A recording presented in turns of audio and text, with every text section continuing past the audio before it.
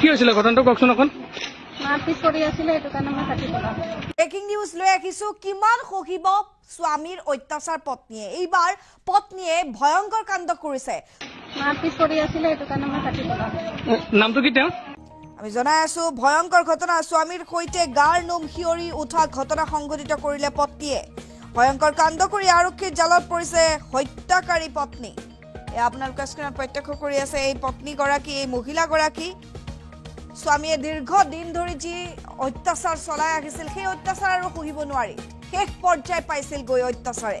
কিয়নো আৰক্ষীৰ সন্মুখত স্পষ্ট মন্তব্য কৰিছে এই মহিলাগৰাকীয়ে যে আৰু কিমান সহিম, আৰু কিমান এই নিৰ্মম অত্যাচাৰ সহ্য কৰিম, সেয়ে মাৰি পেলালো।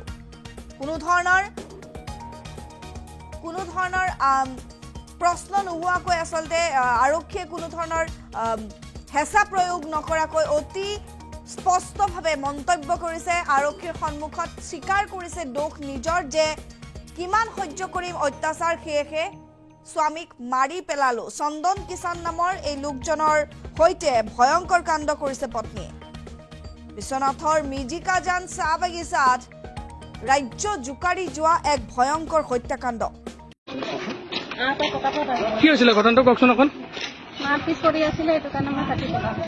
নামটো কি তেওঁ? আপোনাৰ সদায় এখনি কৰি থাকে নেকি?